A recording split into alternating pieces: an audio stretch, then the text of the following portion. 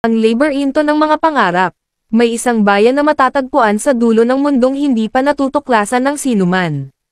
Ang bayan ng Tulay-Lunay ay natatangi dahil sa isang lihim na matagal na nilang itinagong mabuti. Isang lihim na hindi alam ng mga tao, at isang lihim na nagsimula sa isang pangarap. Si Nico, isang batang lalaki na hindi pa nakakaranas ng anumang tunay na kaligayahan, ay palaging naglalakad sa gilid ng bayan.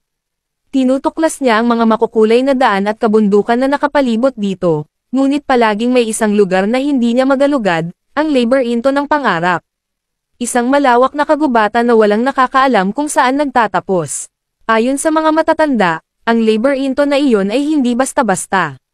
Sinasabing sa bawat kanto ng kagubatan, ang bawat isa ay haharap sa kanilang pinakamadilim na pangarap, ang mga bagay na matagal nilang iniiwasan, o kaya'y ang mga pangarap na ayaw nilang matupad.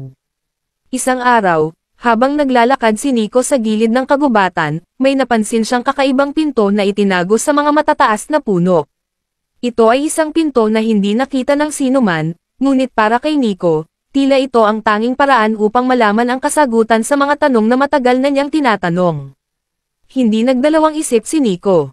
Pinindot niya ang hawakan ng pinto, at sa isang iglap, napansin niyang hindi siya nakatapak sa lupa.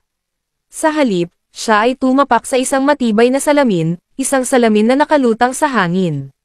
Habang tinatanaw niya ang paligid, napansin niyang may mga imahe sa salamin na nagpapakita ng mga tao, mga nilalang na may iba't ibang hitsura, may iba't ibang uri ng buhay. At bawat imahe na dumaan, parang nagsasalaysay ng kwento ng kanilang buhay, kwento ng kanilang takot at pangarap. Habang pinagmamasdan niya ang mga imahe, isang tinig ang bumulong mula sa loob ng salamin.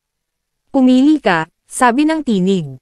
Magsimula ka sa isang pangarap, o manatili ka sa isang takot. Napansin ni Nico na sa salamin, may mga daan na tila papunta sa iba't ibang lugar, mga lugar na hindi niya pa nararating at hindi pa nakikita ng sinuman.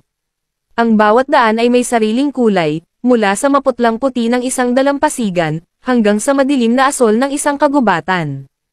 Alin ang pipiliin mo? Tanong ng tinig. Pangarap o takot? Sa bawat hakbang na tinatahak ni Nico sa salamin, nagbabago ang mundo sa kanyang paligid. Minsan, napapansin niyang may mga tao na tumitingin sa kanya mula sa mga madilim na sulok, mga mata na puno ng kalungkutan at pangarap na hindi natupad. Nagpatuloy siya, at sa bawat kanto ng salamin, isang bagong kwento ang bumangon. Isang batang babae na tinatawag na Amara, na naghahanap ng kanyang nawawalang kapatid. Isang matandang lalaki na hindi matanggap na hindi na siya kayang maglakbay. Isang alon ng dagat na walang hanggan, na patuloy